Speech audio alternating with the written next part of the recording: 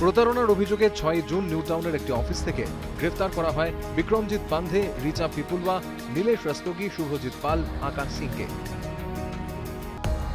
ধৃতরা call centre খুলে প্রতারণা করত বলে অভিযোগ। নামী তথ্য প্রযুক্তি সংস্থার নামে টাকা তোলা হতো, বিদেশি নাগরিকদেরই টার্গেট করা হতো। প্রতারিত হন জার্মানি, কানাডা এবং সুইডেনের নাগরিকরা। ইন্টারপোল মারফত জার্মান পুলিশের সঙ্গে যোগাযোগ করে সিআইডি। ৩ প্রতারিতের নাম এবং ব্যাংক অ্যাকাউন্টের নাম্বারও দেওয়া হয়।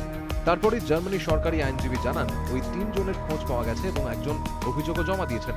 এবার সেই ঘটনার তদন্তে কলকাতায় আসছে জার্মান পুলিশের একটি দল। আসছেন জার্মানির সরকারি আইনজীবী ও হ্যানোভারের পুলিশ সুপার।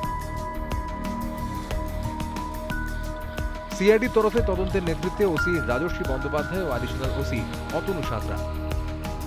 তদন্তে জানা যায় প্রতারিতদের লন্ডনের অ্যাকাউন্টে টাকা ফেলতে বলা হতো, সেখান থেকে টাকা বাংলাদেশের একটি অ্যাকাউন্ট হয়ে বাবুইয়াটির একটি রাষ্ট্রায়ত্ত ব্যাংকের অ্যাকাউন্টে পৌঁছত। সোমবার কলকাতায় আসছে জার্মান পুলিশ। ভবানী ভবনে যাবেন জার্মান প্রতিনিধি দল। বিধাননগর আদালতেও যাবেন তারা। ধৃতদের জেরা করতে পারে জার্মান পুলিশ। সিআইডির তৎপরতায় খুশি German police. Bureau report, ETV news Bangla.